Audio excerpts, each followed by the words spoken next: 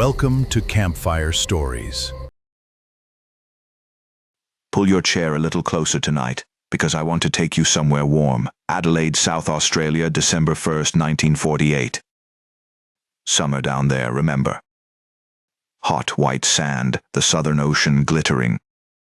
And on Somerton Beach, just before dawn, a man lying against the sea wall as though he'd simply decided to rest. I already feel it. That particular dread of a person who's too still in a place where everything else is moving.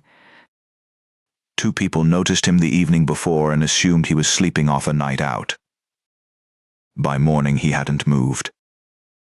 Police arrived and found a man in his mid-40s, well-built, well-dressed, brown hair graying at the temples. Suit, tie, polished shoes, the whole picture. Except for one thing, not a single piece of identification anywhere on him. No wallet, no letters, nothing with a name. I keep my loyalty card for the grocery store in 3 different pockets, and this man had nothing. Nothing. And it got stranger. Every label in his clothing, jacket, shirt, trousers had been carefully, deliberately removed. Not worn away. Cut out. Someone had gone to some trouble to make sure this man could not be named. That's not a man who got lost. That's a man who didn't want to be found. Or someone who didn't want him found. Those are 2 very different kinds of sad. The autopsy found him in extraordinary physical shape, the kind of condition you'd expect from an athlete or a soldier. Heart, lungs, everything. And the cause of death. Inconclusive. No trauma, no obvious poison, no clear reason at all for a healthy man in his prime to simply stop living on a warm December night. Which means it could be anything. And anything is the most frightening word in a coroner's report. Now, a few weeks after the body was found, a detective took one more careful look at the man's trousers. And tucked into a small fob pocket, the kind so tight it's practically decorative, he found a tiny scrap of paper, folded down to the size of a postage stamp. On it, 2 words in Persian, Tamam Shud. It means ended, or it is finished. Oh, Marty. That is not something an innocent man tucks into a hidden pocket on his last night alive. The words had been torn from a book, a specific book. The Rubaiyat of Omar Khayyam, that old collection of Persian poetry about wine and roses and the brevity of life. Somebody came forward and said they'd found a copy of it on the back seat of their unlocked car near the beach that same night. And when police examined that copy, they found something in the back cover that stopped everyone cold. I'm leaning in. I'm physically leaning toward the fire right now. In pencil, faint but legible, someone had written 5 lines of letters. No spaces between words, no obvious pattern, no known language. Something like WRGOABBD, MLIOOI, WTBIMPANETP. Lines like that. Cryptographers looked at it. Intelligence agencies looked at it. For 75 years, people have looked at it. To this day, nobody knows what it says. You know what that reminds me of? And forgive me for going to film school on you, but that moment in The Third Man, when you realize Harry Lime has been living just below the surface of a city the whole time, and everyone walked right over him. This man left a message, and the message is still waiting. That's exactly the right film. And there was also a phone number written in that same copy of the book, a number that led to a woman. Police called her Jestin to protect her identity, though her real name eventually came out years after her death. She was a nurse. She lived not far from the beach. When detectives showed her a plaster cast of the dead man's face, by all accounts she very nearly fainted.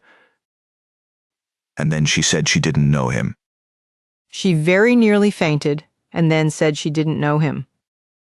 That is a woman who knew exactly who he was. Almost certainly. And here's the detail that haunted investigators for decades after. Justin had a young son, born about a year before the body was found. When researchers compared photographs of the boy as he grew up against the reconstruction of the Somerton man's face, the ears, the teeth alignment, a rare physical trait called hypodontia, the resemblance was, to put it gently, striking.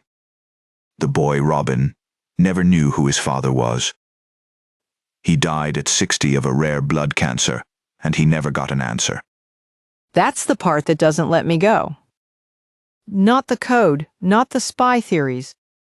Robin? He lived his whole life with a gap in the middle of himself, and nobody ever filled it.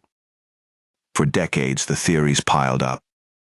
Cold War spy, Soviet courier, a man who came to confront Justin and was silenced, a man who chose to end things and planned every detail of his own disappearance from the world. Every theory had its believers, and none of them could be proved. He lay in an Adelaide grave under a headstone that reads simply, "Here lies the unknown man." Until in 2022, a professor at the University of Adelaide, Derek Abbott, who had spent nearly 2 decades on this case, published DNA analysis suggesting the man was of Scandinavian or Eastern European heritage.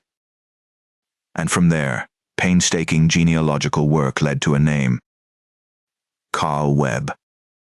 Born 1905 in Footscray, Victoria. An electrical engineer and instrument maker. Married, separated. A real person, with a real history, who had been no one for 74 years. Carl Webb. Suddenly, he's not the unknown man anymore. He's Carl, from Footscray, who fixed instruments for a living, and somewhere along the way ended up on a beach in Adelaide in a good suit with a poem in his pocket. And even with a name, the mystery didn't fully close. Why was he there? Why the removed labels, the coded message, the connection to Justin? Was Carl Webb a spy, or just a man entangled in something private and painful that nobody living can reconstruct? The code has never been cracked. The relationship to Justin has never been confirmed. The cause of death was never determined. A name is not the same thing as an answer. It makes me think about what we actually leave behind. Carl left a code no one can read, a face no one claimed, and a son who maybe carried his eyes. That's both more and less than most of us manage. There's a Hitchcock quality to the whole thing, isn't there? The ordinary surface and the void underneath. But what stays with me is simpler than any spy theory. A man, whatever his name, whatever his trouble, ended up alone on a beautiful beach on a warm summer night with a scrap of poetry that said, "It is finished," and the kindest thing we can say is that somebody eventually, after 74 years, gave him his name back. Carl Webb, of Footscray. Rest easy, mate. Rest easy, Carl.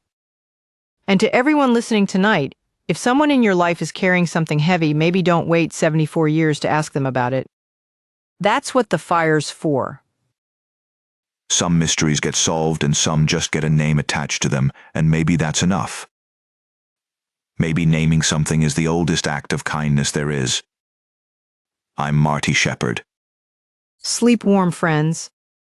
And hold the ones you know close tonight, because knowing someone's name, really knowing it, is not nothing.